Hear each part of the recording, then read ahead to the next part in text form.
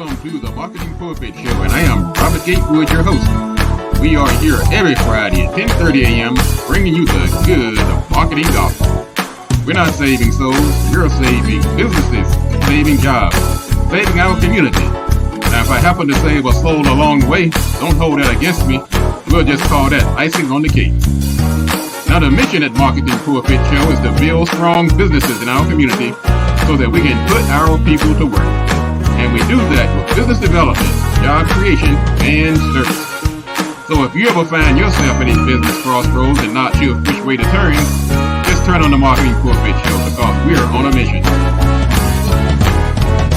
The show is broadcast live from the illustrious Radio 1. I want to welcome everybody tuning in from all over the world. And that's right, we are Marketing Pulpit International. Just glad to see everybody today. You can also get these shows by going to marketingpulpit.com. You can go to our Facebook page. You can go out to our Twitter page, which is now X. You can go to YouTube. And we're also broadcasting live on LinkedIn as well. So welcome to all of the new listeners. And first question I have for you is, where have you been? But it's never too late. That's why we archive this information. Go to these platforms, or just go to Marketing Pulpit and stay abreast. Follow us on the different platforms, and we will let you know. But just mark your calendar for the future for Fridays at 10:30 a.m. We have some very loyal listeners. I see Miss Sonja Shell, good morning. I see Gwen Davenport, good morning. People tuning in from all over the world. Tell you what, some of these people are tuning in today are sisters of the Eta Phi Beta Sorority. I'm going to tell you why. Because the sisters are joining me today to observe a very important occasion, which is called the International Day of Persons with Disabilities. That day is actually going to be recognized on December 3rd, but we're celebrating it today on the Marketing Pulpit Show right here on December 1st. So thank you again for tuning in. We're going to have the national president calling in, Miss Sonda Bradfield. She's going to be on the line today, as well as the director of education, Miss Kimberly Shoulders. It's a great group of young ladies. I'll tell you a little story quickly. A few years ago, I was approached by one of my clients and friends, Miss Phyllis Randall, and she asked me to hire this young man. And of course, I didn't really need anybody at the moment. And so I said, well, let's tell me about him. She caught me on a good day, I guess, because I was very busy at that time. And she said, well, he has some disabilities. And I said, oh man, that's going to make it even harder. I'm busy, things to do. It's going to be a difficult assignment. But I listened to her. I wanted to hear what she had to say. Well, anyway, to make a long story short, I took the young man, I gave him a job, and it was one of the best decisions I've ever made. And it was a reckoning moment for me because I, like many others, did not appreciate the value and some of the possibilities and what a profound impact you can make on the life of someone who's facing some type of challenges. And so I brought the young man in, and he was amazing. I mean, he had Asperger's syndrome. I gave him assignments. He was good at quite a few things. And it really changed my entire opinion about working with people with disabilities. So I have embraced this as part of the Marketing Pulpit platform. And I'm also glad that Ms. Randall introduced me to her sorority, the Sisters of Eta Phi Beta Sorority. And we're going to talk about them. They're going to come on in a few minutes. But I did want to acknowledge this day, International Persons with Disabilities Day. And we are broadcasting all over the world. And we're broadcasting live from Radio 1, 95.9 FM in the Washington, D.C. area. That's the home of Miss Dr. Kathy Hughes. She has a Department of Communication over at Howard University named in her honor. And we're glad to be broadcasting from this platform. Let me bring in my guest, Ms. Bradfield. Welcome to the show. First of all, thanks again for coming into the show. I really appreciate you guys taking your time out. I know you're busy. I've seen all the wonderful things you've been doing, but quickly tell us about your organization and its mission. Okay, thank you, Mr. Gatewood and Gatewood Marketing and Marketing Pulpit International for inviting us to come onto the show to talk about the International Day of People with Disabilities. A little bit about our organization. It started in the spring of 1942 in Detroit, Michigan, where a group of Lewis Business College students were approached by Ann Porter, who was kind of a Girl Friday for the president of the college at the time. And our founders, after they graduated, organized Eta Phi Beta Sorority Incorporated. And so today we are 6 regions and 42 chapters across the United States and the U.S. Virgin Islands. and we're expanding our reach every year. All right. Our chapters have monthly meetings, and our regions have regional conferences, and our grand chapter has a national convention in every even year. In 2024, that convention will be in Atlanta, Georgia. And we're also a family-oriented organization. We have an adult male auxiliary group that supports the aims and missions of Eta Phi Beta. We also have a youth auxiliary group made up of males and females, ages 12 to 18. And we have our little kids we call Eta Kids from ages 6 to 11. Wow. We are a group of professional women from all walks of life who believe that we can make a difference, make a positive impact in the communities where we live. And some of the ways that we make that impact is through collaborating with other organizations like yours, other agencies with common objectives to Eta Phi Beta sorority. So we volunteer our time and our talents, our skills, and our finances to help educate ourselves. We educate others, like in our families, other agencies, our legislators, anyone that can assist us in meeting the desired goals of Eta Phi Beta. So in a nutshell, that's who we are. Wow.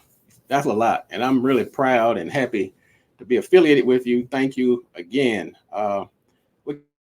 Kimberly, why don't you do this? Tell us how does the organization support what we call the IDD community?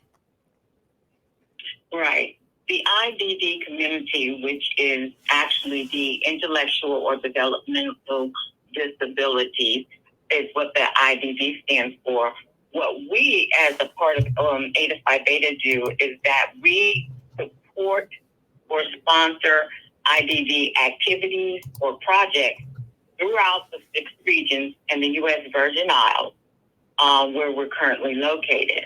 So each of the chapters will have an activity or an assistant activity that is geared around IDD participants.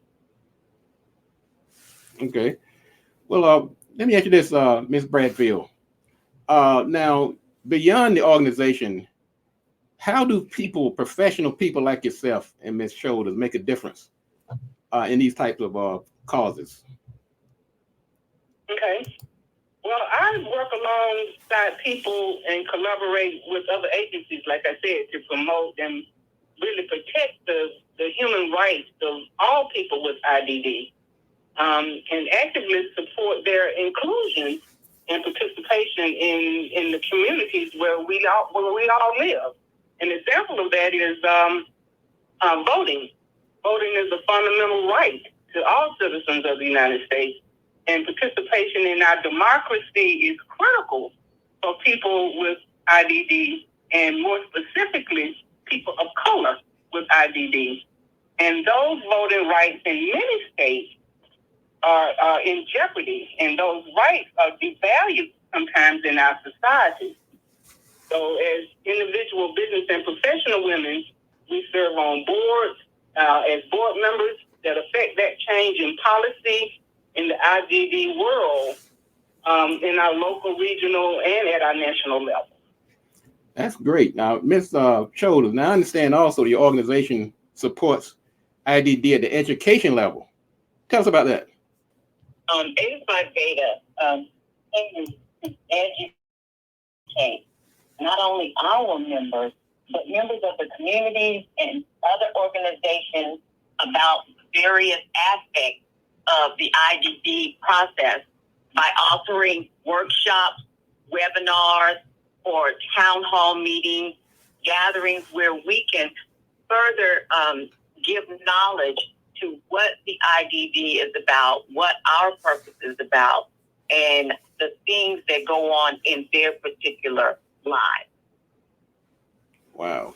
Well, I tell you what, I was looking at, as I was listening to you, Ms. Bradfield, you talked about the different things. Why is this IDD and your organization supporting it so important to your organization?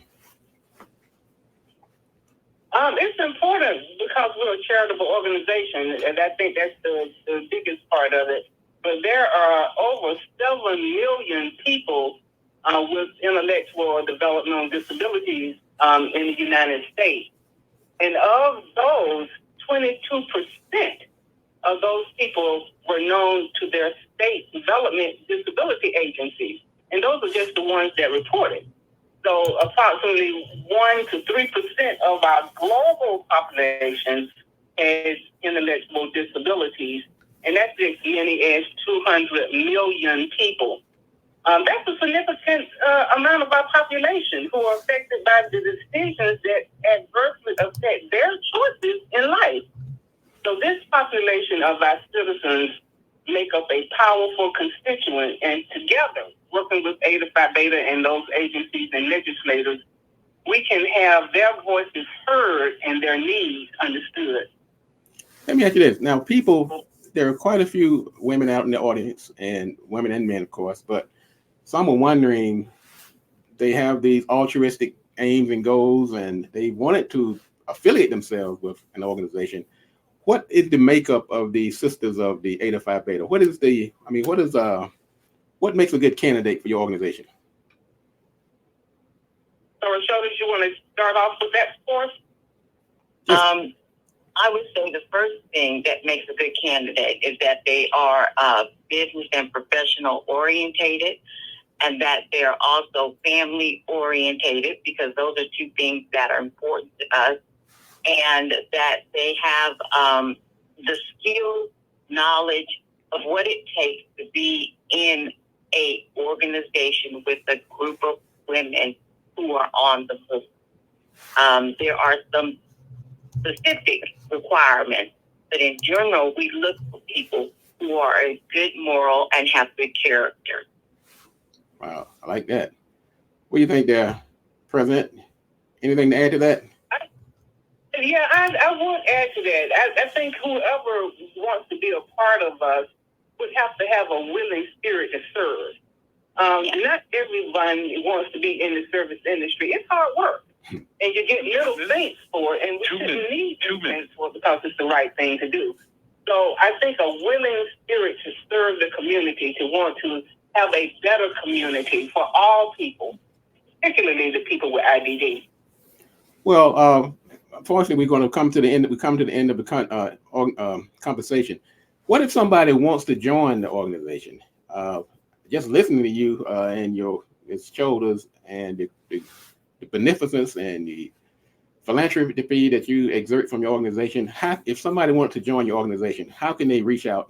And because I know we have a vibrant chapter here in Prince George's County, Miss Randall, and she's working with that group. How can somebody find out more about joining your organization?